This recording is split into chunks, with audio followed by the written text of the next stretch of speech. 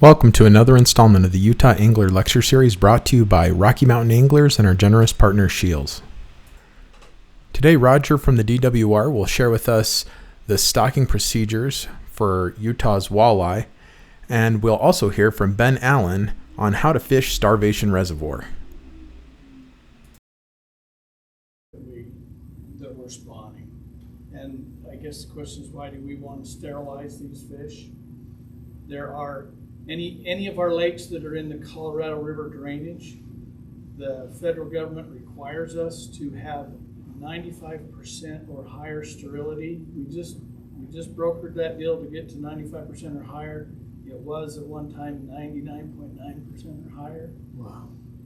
To be able to stock anything in the Green River, in the Colorado River drainage. We've also put in screen barriers to prevent these things from going downstream because of the endangered fish in the system. And this is a good reason why things like with the blue headsucker, where we're trying to keep these fish from being listed. That's because if we can keep them from being listed, we have more control over the way we manage fisheries. So that's why we put so much effort into some of these fish before they get listed, because after they get listed, we don't have a lot of control over what happens. But that's why we're doing sterile walleye, and if you show up on the 5th, I'll show you how we sterilize them. We use pressure chamber, but I'll save all of that fun stuff for the field trip.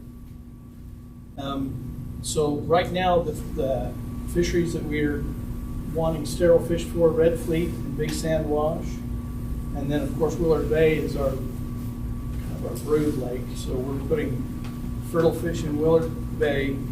DMAD, Gunnison, and Yuba, they'll all take any proportion of sterile, and they're good with anything. Why do we use Willard Bay as our brood hatchery, or our brood lake, our brood source? Willard Bay have easy access, and there's an abundance of fish. It's really easy to set the nets and get enough fish to get the eggs we need. The problems we have with this lake is that it warms up too early. And if we get our fry before the lakes that we're trying to stock get a zooplankton bloom, then we stock them out and they just starve to death. So that's one problem with Willard Bay, is they're just a little bit, it is one of the first lakes to start spawning. It warms up soon. The other thing, the fish are really uniform in size, but they're not very big. So we don't get a lot of eggs per female. That's a small con. The worst problem we're having right now is that the eggs, for some reason, from Willard Bay, the eggs are extremely sticky. During the water hardening process, there's a protein coating on the outside of the egg that causes them to adhere to their environment. That's meant so that they'll stick on rocks or leaves or wherever they're being spawned. But for some reason in Willard Bay, and we have to take that stickiness out to raise them in the hatchery, because we're keeping them in ion jars that I'll show you later. And if they stick together, then we can't get oxygen in between the eggs. So the sticky eggs at Willard Bay is a big issue. Our other options, we've also tried starvation. We have a hard time catching enough fish. We get some really nice big ones. We get a lot of eggs out of the big ones, but it takes a lot of man hours to get enough fish to do that, to get the eggs we need. But for some reason, those eggs just are nowhere near as much sticky. What we normally do, and I'll save most of this for your field trip, we have either an acid bath or a clay bath that we put them in to help deal with that stickiness, and I'll talk a little bit about that. So the numbers that we need to hit our quotas, we need 14 million eggs. We get about 40,000 eggs out of a female. So it would take us about 350 females and 175 males, assuming that we get 70% survival on the eggs, on the fertile eggs, and about 40% on the sterile eggs. the process that we put them through to triploid them, the survival is just not as good. We have the same problem with trout, but you just, after you sterilize them, it's harder to keep them alive. So we don't expect as good a survival. 70% survival is about what other states get on an average. And then we need 70% of our lots to hit our sterility target, which I told you was 95% sterile. The harsh reality is last year we got 26% survival from our fertile eggs, and less than 5% survival from our sterile eggs. And I'm not sure what our sterility rate was, but we did not get 70% of our lots to hit that 95% target. And I think, as we talked a little bit about how sticky those eggs are at Willard Bay. I think that is one of our big issues with survival, because when they come out of the pressure chamber, they are lumped together really hard because of all that stickiness, and we have to break them up. And right at that point, those eggs are very delicate, and we have to manhandle them to get them apart enough. I think that's where we're losing a lot of our eggs. So what our response is going to be to this, so this is our response this year. We're going to, well, more than just this year. We talked about Willard Bay being too early in the season and the lakes not being ready for the fish when we stock them. We're going to raise our walleye to 2 inches. If we're going to raise them, we have to raise them up to 2 inches. Once they get to 2 inches, then they start to scale out. And at that point, we can handle them. If we try and handle them between being larval fish and that 2 inch, they're very delicate, and we kill too many just trying to handle them. So Wisconsin Stevens Point has developed a protocol for raising walleye in Utah's just too cold to do pond culture that early in the year. If we tried to raise them in ponds, we'd have the same problem that we'd have stocking them in the lakes. We can't get a plankton bloom early enough to raise these walleye in ponds. So we're going to try and raise them intensively. And there's the University in Wisconsin has developed a program to do that. The governor was good enough to give us a little extra money last year to help build a warm water facility in Logan, warm and cool water. So we'll be setting up to raise wipers and walleye in this facility. And there's a couple things we're hoping that will help us out with. We're also going to take a step back. We've been trying so hard to get enough eggs to break through this barrier that we're trying too many things at once. We let our research team take over the spawn this year, and they've set up several research projects to look at things such as how sticky the eggs are at Willard Bay, the timing of when we collect those eggs to see if one of the correlations we found was that in the larger fish, later in the season we got better survival. So we're going to be taking a step back, studying some of these things, and getting enough information that we can make some decisions based on this year's spawn. And that's why we've been hitting it really intensively in the past, except for because of COVID. Other than that, we've been hitting it really intensive, trying to get enough eggs to just push through it. But we're going to try and get some other answers. We're going to try a protease instead of, so right now we use an acid that we use to denature that protein that makes the egg sticky. But a protease enzyme will actually break down that protein instead of just denaturing it. And we're hoping, and the funny thing is that protease is, we're going to put pineapple juice on the eggs. That's basically what we're going to try. We're going to try this year. They've used it on some other fish that have, and it's really worked. You know, if you eat too much pineapple, your tongue will get raw. That's that protease is breaking down the proteins in your tongue. We're going to try that and see if we can't help with some of the stickiness. One of the things I didn't mention is we've also tried starvation.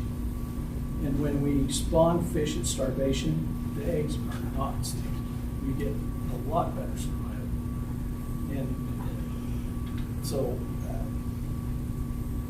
if we can't figure out how to get Willard eggs to survive better, another consideration is maybe we need to go to a different lake to get our walleye. I'm not sure where that would be though. I don't know where in Utah we could catch enough walleye to actually do this.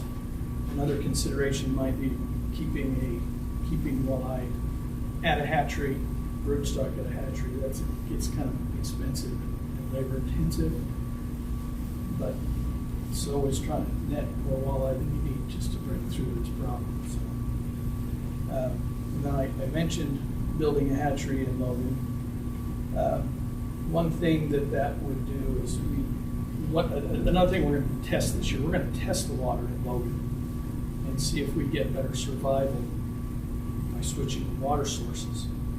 However, the starvation fish hatch just fine at Springville. 2 years in a row, the starvation fish, we just haven't been able to get enough eggs, but they've done a lot better than Willard Bay eggs. They've been right in that window that we need to hit. So that's kind of where our response is this year. Now, this is one of those egg eyeing jars that I talked about that we'll put them in. And if the eggs are lumped, these eyeing jars, the eggs just roll a little bit and it allows oxygen all the way around them. If the eggs are lumped, the eggs in the middle won't get any oxygen. They'll starve, and as soon as they die, they'll start killing the ones around the outside of them. So that's why that stickiness is such a problem.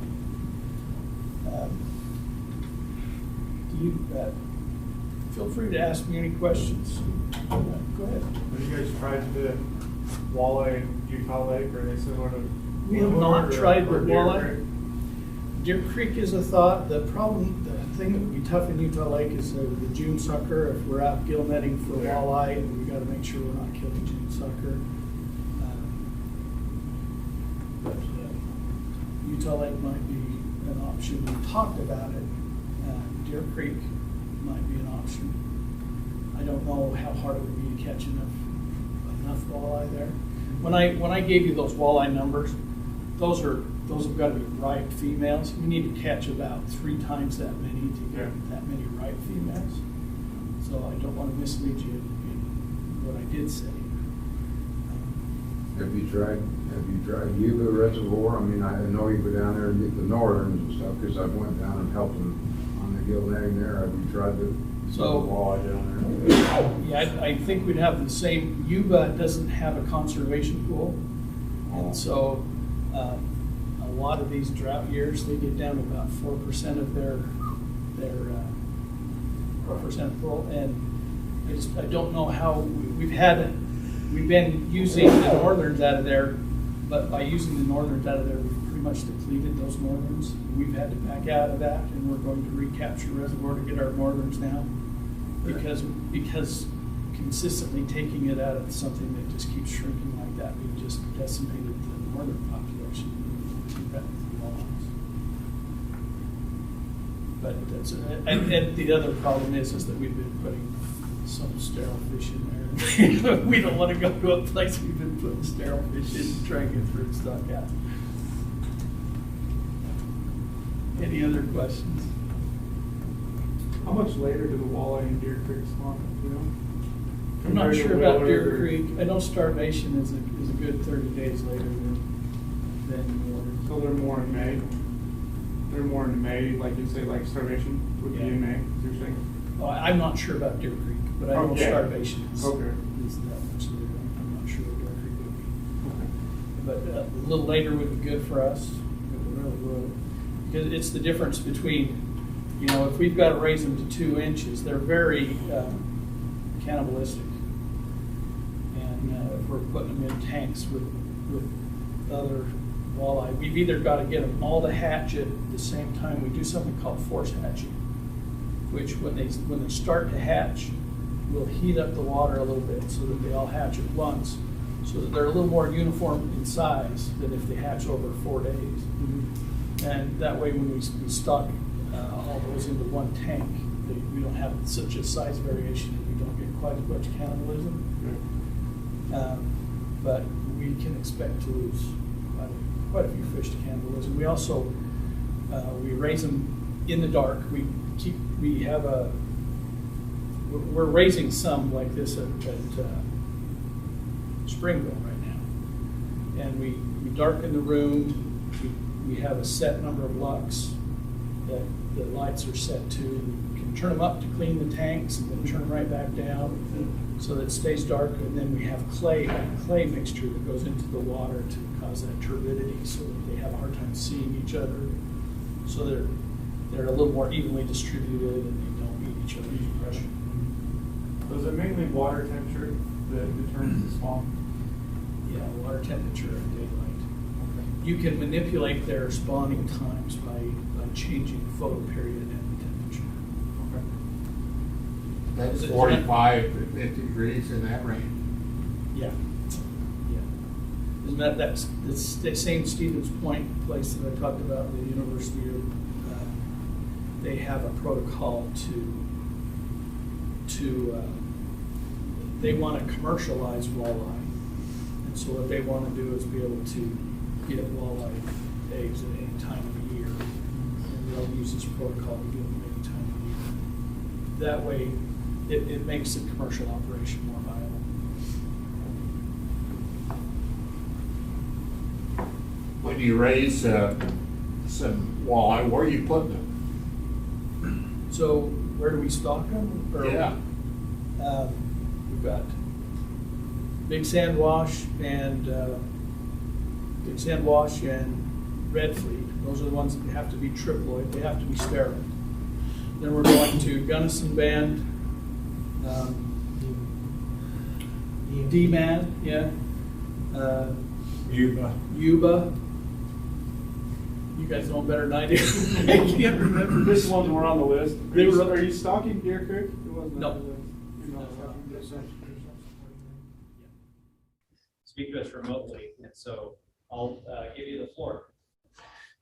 All right, Ben, this is going to be a little bit weird because you're not going to be able to hear everybody, but everybody can hear you really well. They can hear me well, huh?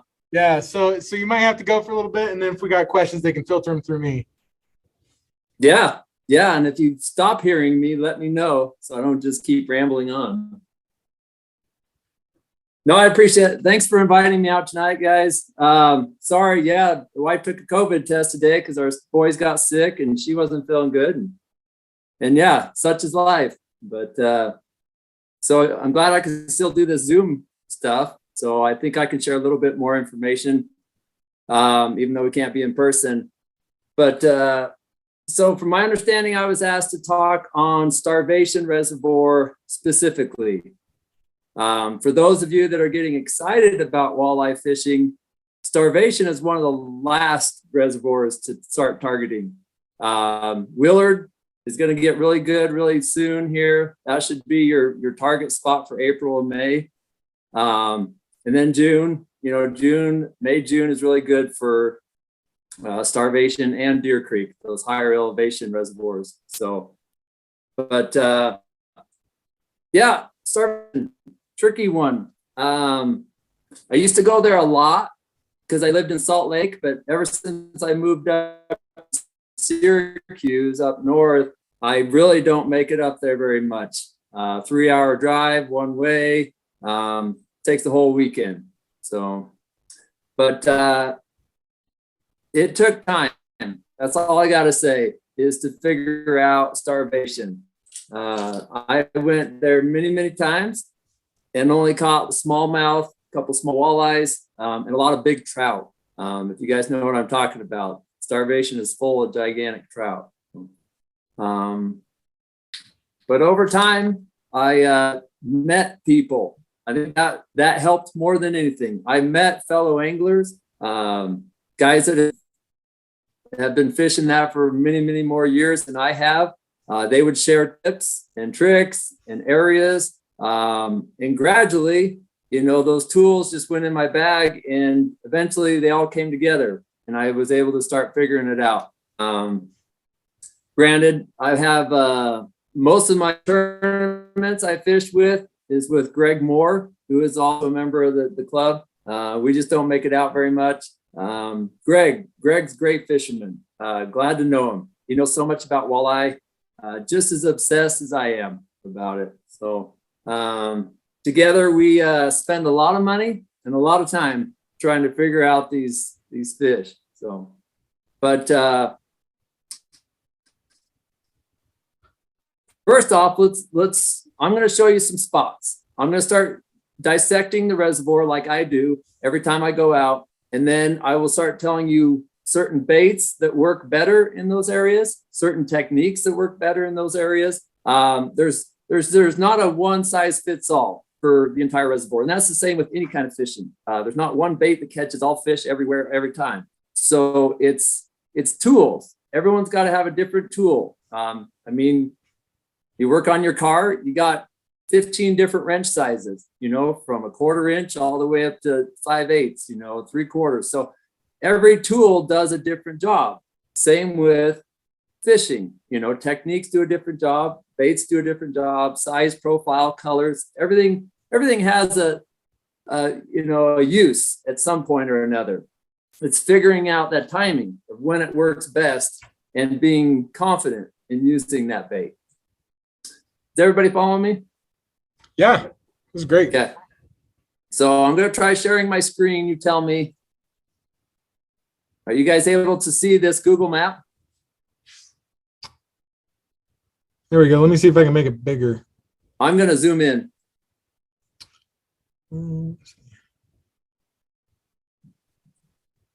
Is that working, Badger?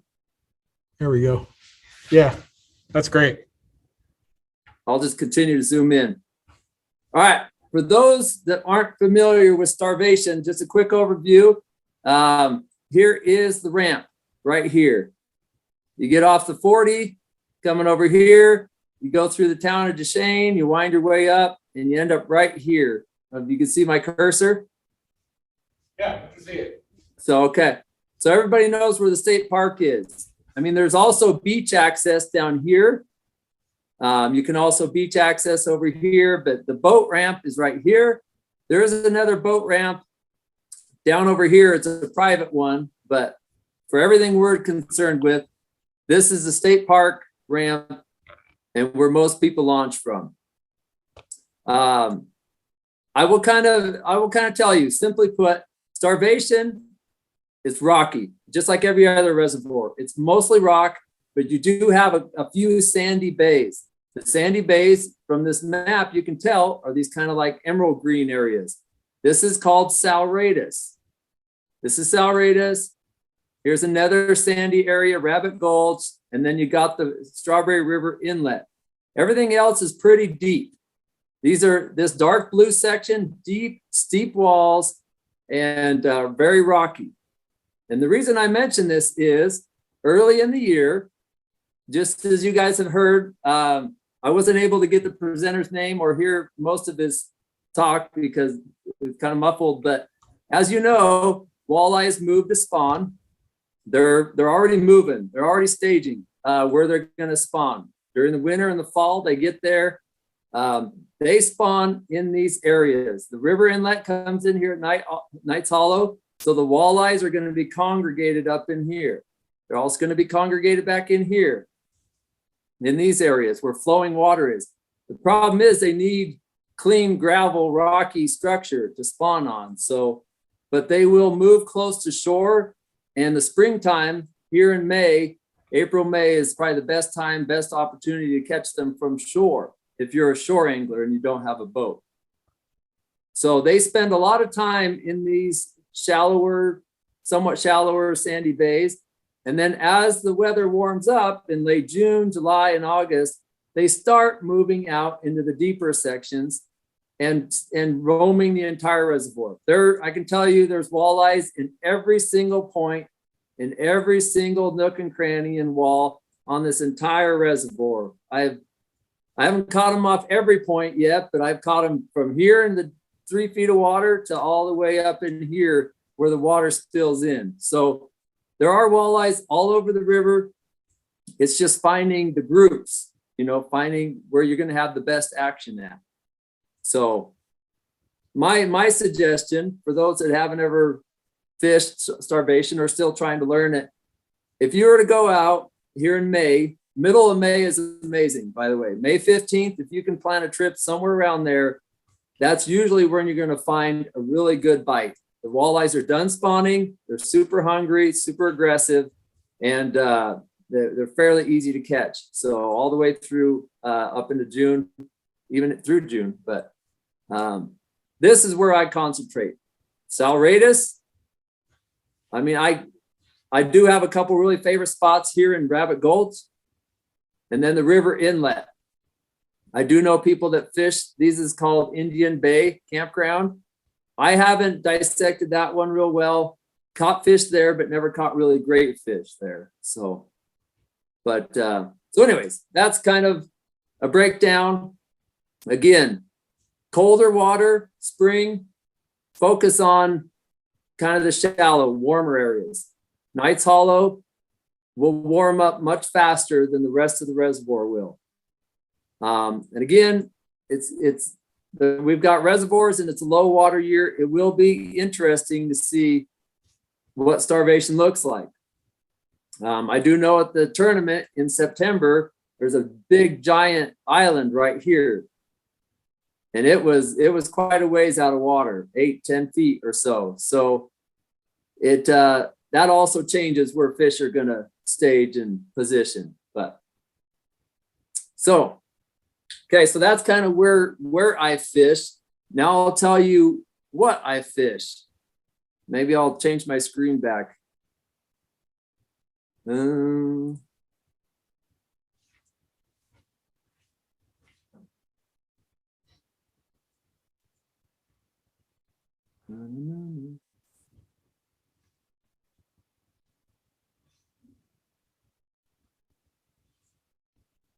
All right. Badger, maybe you can help me. Tell me where you can see me, see me and not the screen. There you go. Okay. So I hope that I kind of gave you kind of an idea of what we're talking about. That's starvation. Saleratus in the north, the strawberry inlet in the south. Springtime, end of April, May, when fishing starts to heat up, walleyes are going to be aggressive and they're going to eat a lot of different food sources. The thing is, early in the spring, there's not a lot of minnows. The only thing that I've learned about walleyes is that they have the option of eating minnows over or anything else, they're going to eat a minnow.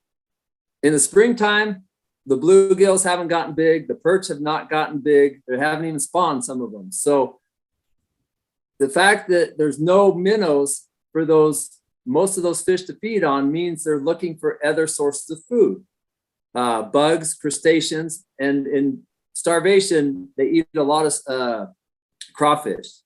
So starting early in the year, I like to throw, and if you're only going to get a couple baits, if you're one of those people that don't want to spend a bunch of money on a bunch of lures you don't have confidence in, you don't know if they're going to work, I will tell you, and I hope my friends don't kill me for this, but I mean, this bait will work on everything. It is a Yamamoto curly tail grub. And it's a little 4-incher. And this one is the cinnamon black flake. The other good color I have is a green. And I don't know, the 4-inch seems to work really well. Sometimes you can upsize to the 5-inch later in the year or something, but for some reason, walleyes will take these pretty readily. You'll catch a bunch of smallmouth. I even catch a ton of trout on them. I don't understand it, but I'm not going to mess with success. So if you don't want to spend a bunch of money, $8 a pack for 20. I mean, spend the money and then just any favorite jig head. I mean, this is just a plain old gray jig head. You want to get fancy? I usually go to like a black, something like that. Darker colors, more crustacean type colors. And these can be fished primarily jig fishing. I haven't touched on techniques yet, but I do a lot more jig fishing than the other techniques, which you can kind of simplify them. Jig fishing, you're basically sitting still and fishing vertically, mostly vertically, pitching out. And then you've got trolling, which you control fast with crankbaits, or you control slow with bottom bouncing. So, I mean, those are basically your techniques. And then a fourth technique would be casting crankbaits, jerk baits. So there's those options. I primarily like jig fishing. I feel like it's the most intimate of all techniques. It allows you to feel the bottom, feel the ground, feel your environment. And sometimes the bites can just be amazing. They just feel better, you know, getting bit jigging than they do dragging a bottom bouncer or crankbait or something like that. So I spend a lot of time working points in the spring, throwing these curly tails. So if I can't catch them on these, there's really no reason to be there. So and if just the curly tail isn't working, you can always spice it up with a little bit of bang crawfish or any kind of crawfish scent, and that usually will seal the deal. So another great option early in the spring is a Ned Rig. I don't know if anybody has had much experience with these things. These things stretch for miles and they last for hundreds of fish sometimes. I mean, I think I've used one all day some days. They'll destroy the smallmouth. Actually, you know, the smallmouth just love these. And obviously get the green colors. This one is Canada craw. It's got a little bit of red flake and gold flake and stuff in it. But anyway, anything green basically is going to work well. And don't be cheap. Get the Z-Man. These are Z-Man Ned Rigs. Buy the brand. Don't get the knockoffs. And then pair it with the Z-Man, their head. I think they call it the Shroom Z heads. These hold so well. Once the bait goes on, they do not come off. It is impossible almost to pull these things off. So, and the nice thing about these jigs are they're perfect for finesse, for finicky fish. The way this jig head is made is it will stand up as it comes across the ground. It'll stand up because this plastic is actually buoyant. So when it's on here, you're dragging it and you stop, this thing will actually tilt straight up. And some people have told me, I don't know if it's true, but they say it mimics the motion of a crayfish. When a crayfish feels threatened, it will actually kind of rear up and stick its claws up and stuff like that. So anyways, great techniques. So if you don't want to spend a bunch of money, this will catch you a ton of smallmouth and walleyes and trout as well. So one thing to throw all day long.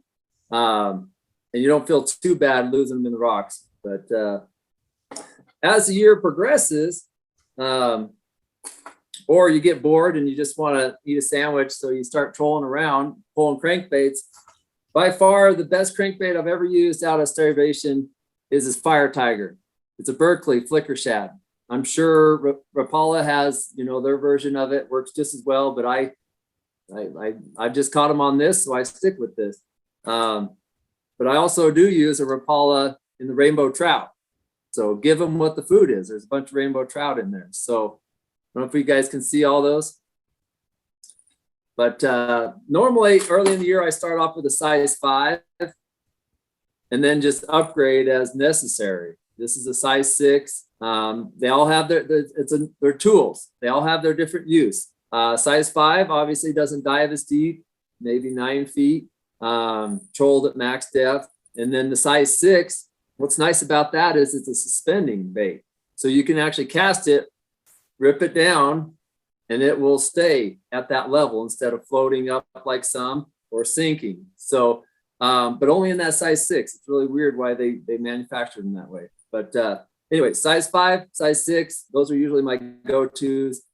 No scent, no nothing, trolled. I mean, it all varies.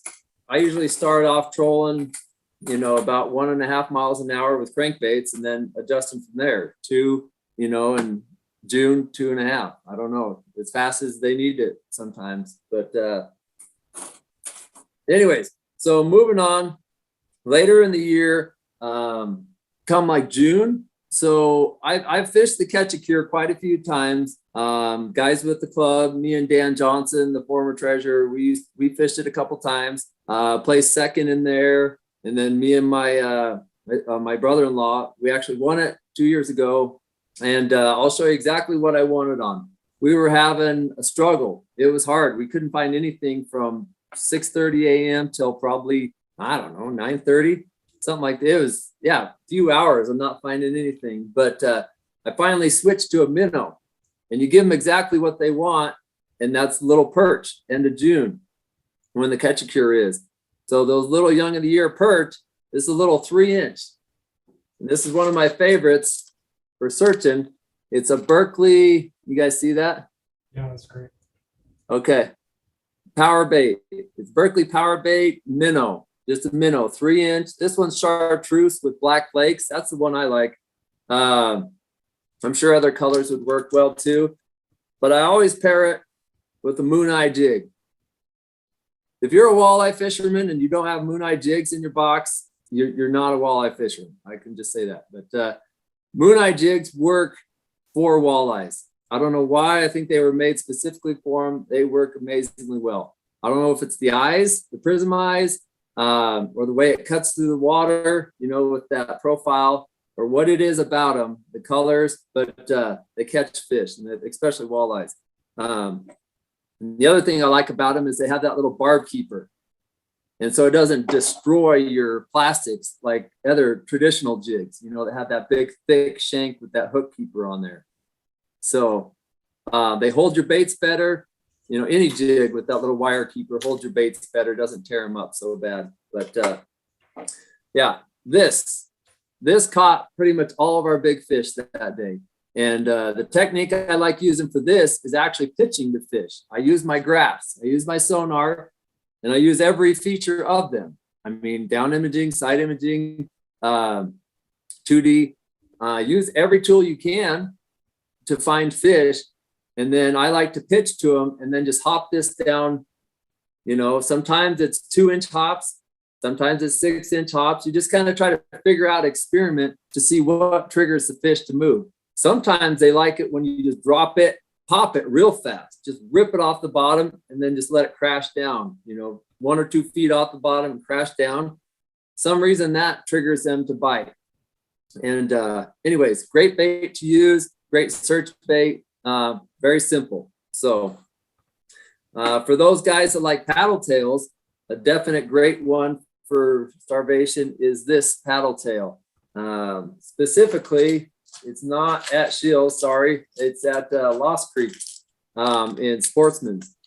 Lost Creek makes them, but I know Shields makes their own version of them. I don't know what they're called, but anyways, this one's just kind of a green with kind of a silvery belly, but it looks a lot like a perch, you know what I mean? So paddle tails also work really well. They're a little different than these split tails in the action. The paddle obviously creates that drag, and that's what gives it the action. It's the water is dragging on that tail, kicking it back and forth. So it's looking like a swim motion versus the split tail is more just a darting movement. Kind of like a dying minnow, just darting up and off the bottom, erratic actions, movements like that. A swim bait is more of a structured swim, you know, so for fish that are keying in on those little perch that are swimming across the bottom or coming down a break, paddle tails can be really good baits. Again, you can swim them, cast them out, let them hit the bottom, slowly retrieve them in and just let that tail kick. Or I like to drop them, snap them up off the bottom, and then just let them flutter down. Snap it up and flutter down again. And usually those walleyes will hit it as it's fluttering down. So again, it's all experimenting. If fish aren't biting one technique or one motion, try something else. You know what I mean? So moving on, I didn't mention probably the most used and the most successful technique out on starvation is just the classic old fireball jig, fire tiger. Everybody has it, or they should have it. If you don't have it, go get a few packs of these. I think this is the 1/4 ounce. I have them 1/8 ounce, 16th ounce, 1/4 ounce, 1/2 ounce, every size you can imagine based on depth. And then, yeah, this is my artificial worm, a night crawler. 2 to 3 inches of night crawler behind this, and it will catch you walleyes all day long. It's Starvation. So I think most people know that. For those of you that really want to get, experimental, I guess, start trying to key on those walleyes that are feeding on the trout in there. So as the walleyes get bigger, obviously they want more calories. And the fewer fish that they can chase to get those calories, the better. So we have found walleyes with big 8-inch, rainbows in there. And I don't think the DNR stocks those 8-inch rainbows in there anymore because all they were was just food for the big walleyes in there. But yes, some days this paddle tail can do work wonders. So the little rainbow trout with again a moon-eye jig, and this one's about 4 inches long, and you can go 5 inches. I mean, a lot of people don't have confidence in big swim baits, and I didn't either until I finally figured out how to catch fish on them. But it is true that bigger baits catch bigger fish, but you got to have confidence in what you're using. If you don't have confidence in this, don't waste your time. I mean, experiment if you want, but use what technique you feel is most effective. So other good colors out there on Starvation, can't go wrong with gold. Absolutely not. Anywhere. Gold, great color. Again, tipped with a worm. Another favorite of people is this chartreuse lime. Chartreuse bottom and lime, which is basically the same thing as this fire tiger, just without the little orange dot and the black stripes. So anyway, there are days out there that all they wanted was red. So, I mean, it stinks to have a box full of jigs that half of them don't ever get used, but there are those days that if you don't have the jig that's working and the color that's working, you're kind of SOL. So, but then you get into stuff like this. You can start buying expensive jigs like this is a VMC little hair jig, obviously shaped like a perch. I thought this thing would absolutely kill it. Just, catch fish left and right. I've yet to catch fish on it. I don't get it. I don't understand it. It should work. I don't know why it doesn't work, but it could also be that if I don't catch fish on it in the first 10 minutes, I usually end up switching to something I feel more confident in. But I know it should work, and I know it will work one day, but maybe I'll give it a chance again. So for those of you that like to bottom bounce, I do a lot of that as well. I usually stick to bottom bouncing in certain regions though. Again, we're talking about the right tool for the job. Saleratus, a lot of sandy flats. Rabbit Gulch, sandy flats. Some sandy flats in Indian Bay, and then back where the Strawberry River comes on. Sandy flats, fairly consistent, transitions, slow transitions, great places for bottom bouncing. The rest of the lake, sharp points, big rocks, big boulders, absolutely terrible place to bottom bounce. You'll be hanging up every day for hours on end. Frustration level will go through the roof.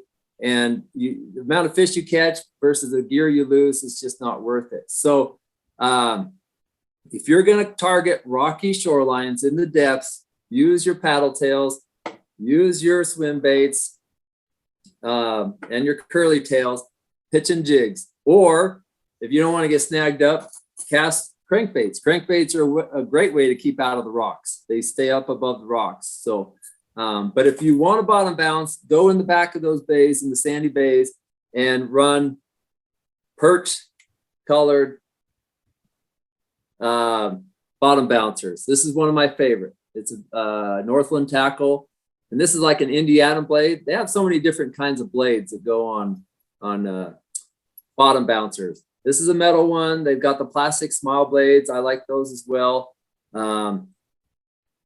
Again, as far as tools go, bottom bouncing.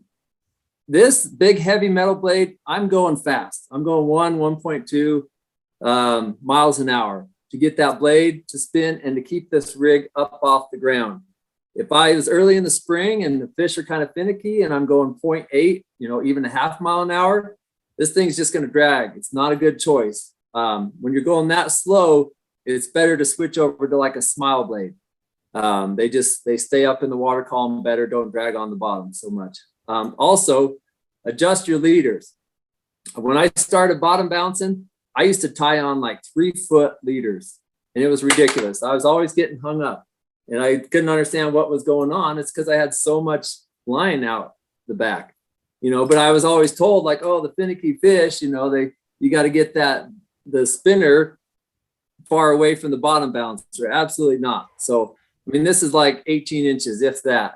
So, and it works amazingly well right behind that bottom bouncer.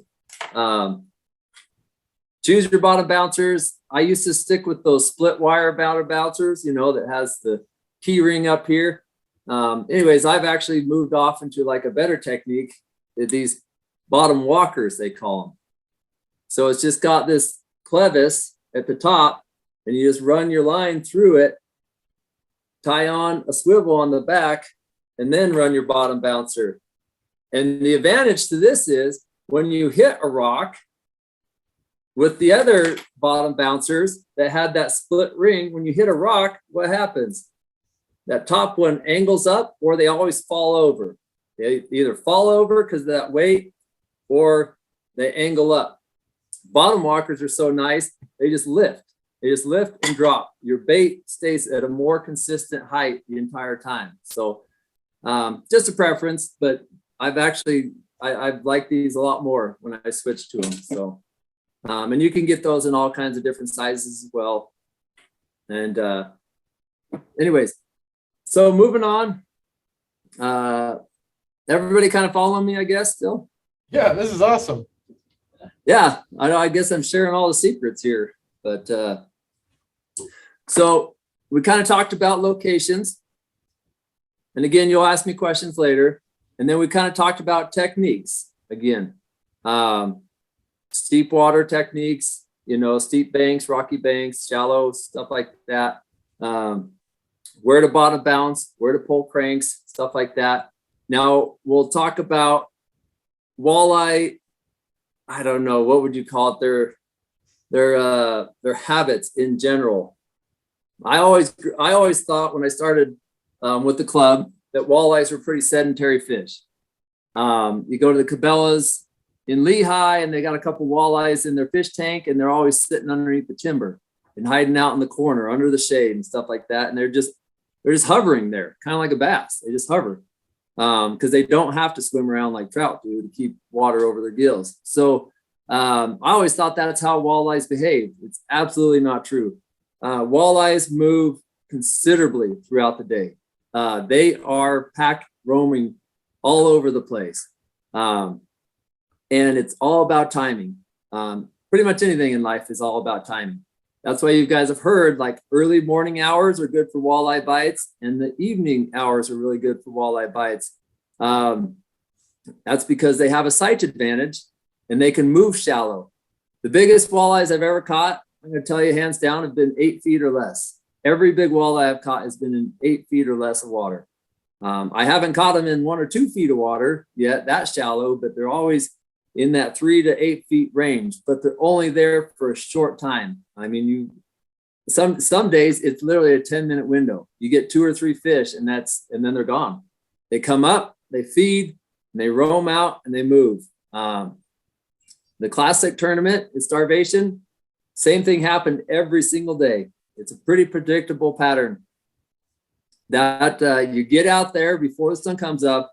As soon as that comes up over that east hill, it's gone. The fish are gone. They move down. That sunlight with the clear water there, they don't like it. They get deep. And then you start catching them in 15 to 20 feet or deeper. So, and it's hard to find those bigger ones once they leave. So find points early in the morning or late in the evening, and that's your best chance at catching the bigger fish. Also, read your environment. If the wind has been blowing from the south to the north for the last 2-3 days, and all the wave action is happening on the north, it's probably a good idea to go find a point on the north because the fish have started to orient towards those areas because walleyes just love that wave action.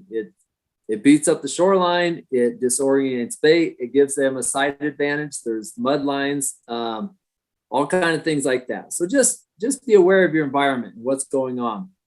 Read your electronics. You know, I have 100% confidence in my electronics. I've seen fish, marked fish, cast right to them, caught them, and 100% confident in that. And when I don't see marks, I mean, yeah, there's a chance there might be a walleye hiding behind a rock or a log or something like that. But in general, I know, you know, if I'm not seeing 4 or 5 good marks, I don't waste a lot of time in a certain area. And that's kind of like a bass fishing mentality. If you guys have ever watched bass fishermen, that's why they've got those 250, 300 horsepower motors and boats that go 75 miles an hour. They get to a spot, check it out, fish it, nothing there. They pack up and zoom across the lake to another spot, pack up, move. It's all about finding what you want.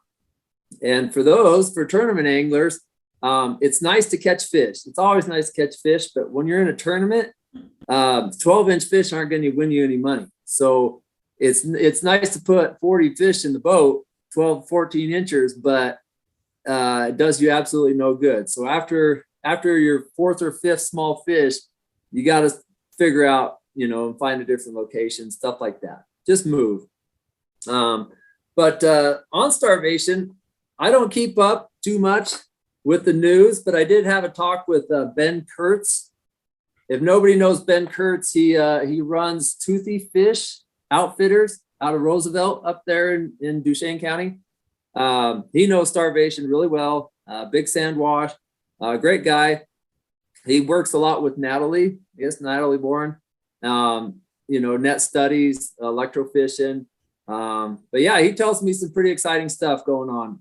He wants to talk at the club, and so maybe I'll let them share a lot of their information later on. But I hear the limit is being talked about going up at Starvation. Trying to encourage people to keep those smaller 1-2-year-old class fish because apparently they're getting a ton of them in their nets, and they have been for the last few years. We've all known about it, but there's just an overabundance of small 1 to 2, maybe 3-year-old fish in that system, and they've become stunted. They grow really fast from hatch until 2 years. They grow extremely fast, they found, but then they stunt because there's so many of them in that size class, and they're all feeding on insects and small minnows. They basically eat themselves out of house and home. So it's hard for them to grow fast into those 19, 20, and 24-inch lengths. So kind of interesting. It's kind of counterintuitive. I guess I'll leave the science to the scientists. I always believe that, how does it help a fishery? Removing fish. How do you help promote more fish by killing fish? But I guess it does. Selective harvest works. I guess they've done enough studies on it. So I'll trust the biologists when they say, yeah, keep those 10, or I think they're talking about 20, the limit of 20 of those 13, 14-inch walleyes could actually benefit the quality fishing. Granted, you might not catch those 50, 100, 14-inchers, but maybe you'll start catching a few 20-inchers in the mix, which is what we want to catch. I don't know where the fishing world is going, these days. I talk with a lot of fishermen, and it seems like a generational thing of guys in their 60s, 70s, 80s. I mean, they never release a fish. It's all about catch and keep. That's just how they were raised. And now the younger generation is all about catch and release. And so there's obviously a balance in between there somewhere. And I think we'll reach it. We'll figure it out. It's always a moving target, but we use science and experiences and just go from there. But no, I'm excited. I'll get out to Starvation a couple times. I hope to do the Catch a Cure Classic. Always a great event. If you can do it, do it. A lot of guys don't do it because it's probably either the drive or, there's no money in it, because if any money you do win, you don't have to, but it's kind of off. You're supposed to turn the money back in to the charities. So a lot of guys look at it as like, oh, well, if I go out there and I win the tournament, $1,500, I'm just going to donate it back to the charity. Well, yeah, that's the whole point of the tournament. And it's a great time. It's not about fishing at all. It's about meeting people, hearing these experiences. So it's if you can go out and fish it. You can do walleye and bass. You can do walleye only, or you can do bass only. So they actually have different pots, different prize monies and stuff for each section. There's couples, you want to bring your wife out and fish for it. So great event. We don't have that many tournaments in Utah. It really doesn't make sense that our tournaments aren't more busy, because we have the classic tournament and the catch a cure are basically our only tournaments, and they're both at Starvation. Maybe there's talk of starting to get back a circuit and start throwing Willard and Deer Creek in the mix. It'd be fantastic, but I haven't heard of any solid plans from that yet. But anyways, I'll take some questions. Sorry, I've been talking for a long time. No, that was great, Ben. Thanks. I'll see if we got questions. I'll feed them to you. Yeah. How does he feel like the upcoming or past drought conditions have changed Starvation? And will it change the fish location? Did you hear that, Ben? Yeah, absolutely. So, fish adapt. It will change them. Last year at the Classic, the water level actually wasn't that bad. We were surprised with the drought conditions that it was as high as it was. But no, it does change things, because all of a sudden those deep drop-off points, level out and become flats, or reefs, which can be good at times. But no, fish have to move and have to find different structures. Fish, walleyes especially, love weeds. And because weeds hold bait fish, they hold baby perch, they hold baby bluegills, baby crappies. If you can find weeds, you find fish. With a drought, that sucks, because what happens? All that fertile, soil and areas usually become dry, and it all becomes rock. So that will make fish change their habits. Maybe start keying on different food sources for longer. Maybe they eat crawfish longer, or try to target more rainbows. But yes, drought conditions are going to change everything. Obviously it's kind of common sense. If there's less water in the bathtub, there's less space for them to go. So it'll concentrate fish. So, which can be good. And it can also promote disease and other things too. So I guess we don't know until we find out. So, but luckily with Starvation, I think there is they don't normally, I've never seen it go below, like, what was it, 65% or something. They really don't drop it that low, compared to like you heard earlier, Yuba, when they can just basically suck every drop out of that place. That's what's nice about like Deer Creek and some of our reservoirs, is even in these extreme drought years, they normally stay over half full. So that's good for us, I guess. Any other questions for Ben? Where did you target pre-spawn fish? Mostly inlets, or Where do you target pre-spawn fish? right now? Right now, ice out. If the ramp is open, you should be out there. If there's ice you got to break through, get out there. Pre-spawn fish, it's amazing how fast they move. I always used to wait like out at Willard until I was like, April, you know what I mean? End of March, April, I'll go out and target the pre-spawners. Oh no, they're already right in the spawn mode. They don't bite. But yeah, as soon as you can get on Starvation, get up there. They're going to be up in Saleratus or down by Strawberry or up in the bays. They're going to be up towards flowing water. That's your best bet. Somewhere where a creek or a river is flowing in, they're going to be there. Find the first point around there. First gravelly, rocky point. They prefer gravel. over, big rocks, stuff like that. But they're going to be shallow too. So don't be surprised to catch fish in 3 feet, I've never caught them at night because I've never really targeted them at night. I have kids and I don't usually get to stay out late doing that, but they come up, and what I understand is, full moon phases are really good times because they come shallow and spawn and roll and broadcast eggs and stuff. So I'd go use big aggressive baits, big paddle tails, or jerk baits can work really well too. So big aggressive lures kind of piss them off. I don't know if it's aggression they strike out of or actually feeding, but it doesn't really matter if they bite, right? So. But I don't know if that answered your question, but I mean, Salratus, if you got a boat, get up in Salratus, get up in those back bays. If you're from shore, you're kind of limited, but go find a point somewhere in back of a bay and start casting jigs around.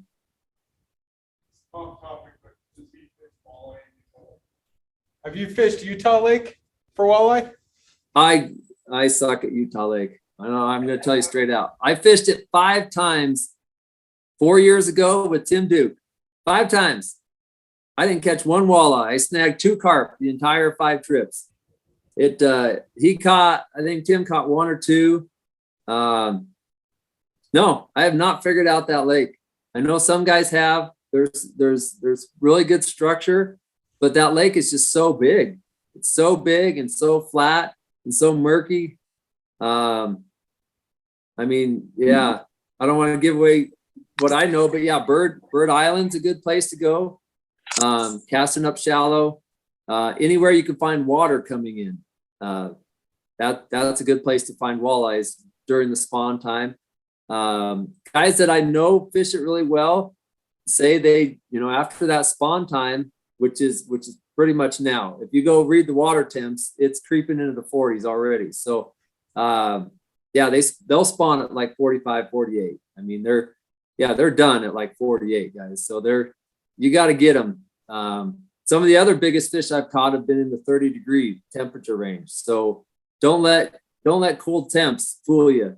Walleyes are very aggressive even in cold water. So,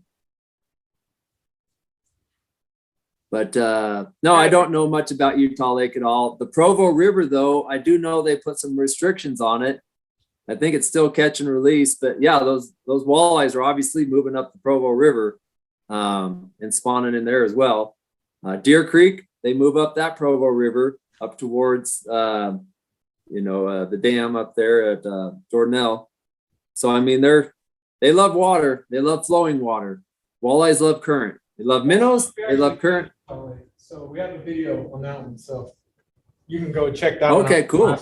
Yeah, because they did we had a really great presentation on that last time. So because I'm a Utah Lake doubter. Like I worry that I'd never catch anything, but now I think I'm gonna have a chance.